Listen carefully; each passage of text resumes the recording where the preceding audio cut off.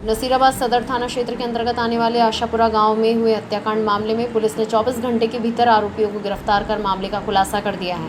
मिली जानकारी के अनुसार आशापुरा बावड़ी के अंदर बेला जॉनसन नाम की महिला की लाश तैरती हुई मिली थी। महिला के मौसेरे भाई वेलिंगटन मैसी ने सदर थाना पुलिस को शिकायत सौंपते हुए बताया था कि बहन बेला जॉनसन और उसकी दत्तक पुत्री 3 दिन से गायब थे। उन्होंने इस संबंध में नसीराबाद सदर थाने में भी रिपोर्ट दर्ज करवाई थी, जिसके बाद पुलिस ने बेला जॉनसन के घर की तलाशी ली तो उन्हें बेला के कमरे में जगह जगह खून के धब्बे नजर आए। घर के पीछे की बावड़ी में झांकने पर महिला की लाश तैरती हुई मिली, जिसे सिविल डिफेंस टीम की मदद से बाहर निकाला गया। मृतक की पहचान के बाद उस मौसेरे भाई वेलिंगटन मैसी ने मौके पर ही एक रिपोर्ट बेला की दत्तक पुत्री और उसके दोस्तों के खिलाफ दी, जिसमें प्रेम संबंधों और प्रॉपर्टी की वजह से बेला की हत्या किए जाने की संभावना जताई गई थी।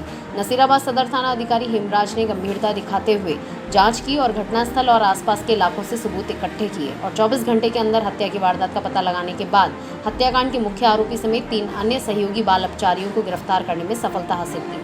दरअसल बेला की दत्तक पुत्री सुधा और मुख्य आरोपी गौतम बैरवा की 2 साल पहले आपस में दोस्ती हो गई थी और दोनों एक दूसरे से शादी करना चाहते थे। इस शादी के लिए बेला भी सहमत थी, लेकिन वह अपनी बेटी की शादी उसके बालिग होने के बाद ही करना चाहती थी। बेला की समस्त प्रॉपर्टी की इकलौती वारिस उसकी बेटी ही थी, जिस पर मुख्य आरोपी गौतम बैरवा की नज़र थी, इसलिए वह लड़की के बालिग होने का इंतजार नहीं कर पा रहा था। उसने अपने 2 अन्य नाबालिग दोस्तों के साथ सलाह मशवरा कर एक षड्यंत्र रचकर बेला को रास्ते से हटाने की योजना बनाई। इस दौरान मृतका की बेटी के जरिए पहले 2 बार बेला को नींद की गोलियां खिलाई गईं, लेकिन कामयाबी नहीं मिलने पर तीसरी बार गौतम ने मृतका की बेटी के जरिए बेला के खाने में चूहे मारने की दवा भी मिलवा दी, लेकिन मृतका की बेटी ने जहर मिला हुआ खाना बेला को नहीं खिलाया।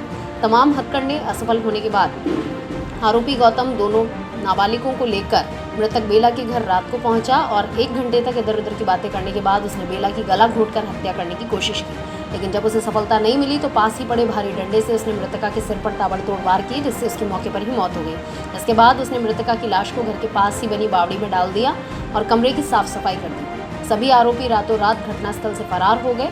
पुलिस ने सदर 24 घंटे के अंदर इस मामले के अंदर आरोपियों को गिरफ्तार कर इस सनसनीखेज मामले का खुलासा कर दिया है। मैं दीपक माखीजा, शहर जिला अध्यक्ष युवा व्यापारी प्रकोष्ठ से।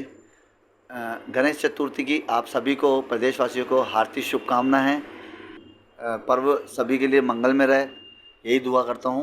मैं दीपक माखीजा, नीलम स्टूडियो, आगरा के डच में। हमारे नसीराबाद सदर निवासी वेलिंगटन मैसी ने थाने में उपस्थित होकर एक रिपोर्ट दी थी कि उनकी बहन मौसी की लड़की बेला वो लापता है और उसकी बेटी जो उसकी बड़ी बहन की दत्तक पुत्री थी वो 2 दिन से लापता है, उनका कोई अता पता नहीं है। इसकी सूचना पर पुलिस वहाँ पहुँची तो वहाँ पे आसपास ढूंढा तो कमरे में जिसमें रहती थी वहाँ पे खून के धब्बे मिले, तो अनहोनी की आशंका होने पर आसपास ढूंढा, जिसमें बावड़ी में पीछे उसकी बेला की लाश तैरती हुई मिली थी।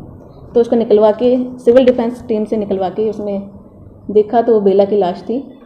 तो उस पर वहीं पे उसमें उसकी मौसी की लड़की, बेला की मौसी की लड़की से रिपोर्ट ली, जिसमें उन्होंने उसकी बेटी और उसके दोस्तों के खिलाफ हत्या की संभावना जताते हुए रिपोर्ट दी थी, जिस पे एसपी सर और एडिशनल सर के मार्गदर्शन और सीआई साहब के निर्देशन में एक टीम गठित की, जो एक टेक्निकल टीम और बाकी उसमें सर्च करने के लिए हमने एक टीम गठित की।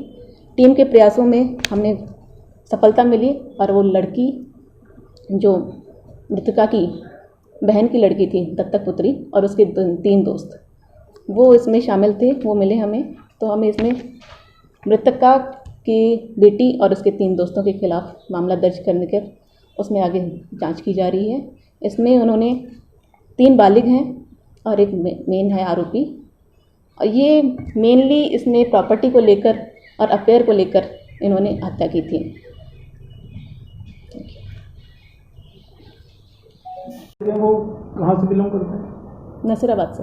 तीनों नसीराबाद के? जी। कहाँ से गिरफ्तार किया? नसीराबाद से गिरफ्तार किया। हत्या किस वेपन से? जी, हत्या किस वेपन से? हत्या एक डंडे से की गई है। पहले गला दबाने की कोशिश की, उसमें नहीं सफलता मिली तो उन्होंने डंडे से जोरदार प्रहार किया, फिर उसके लाश का डिस्पोजल करने के लिए उन्होंने बावड़ी में पटक दी लाश।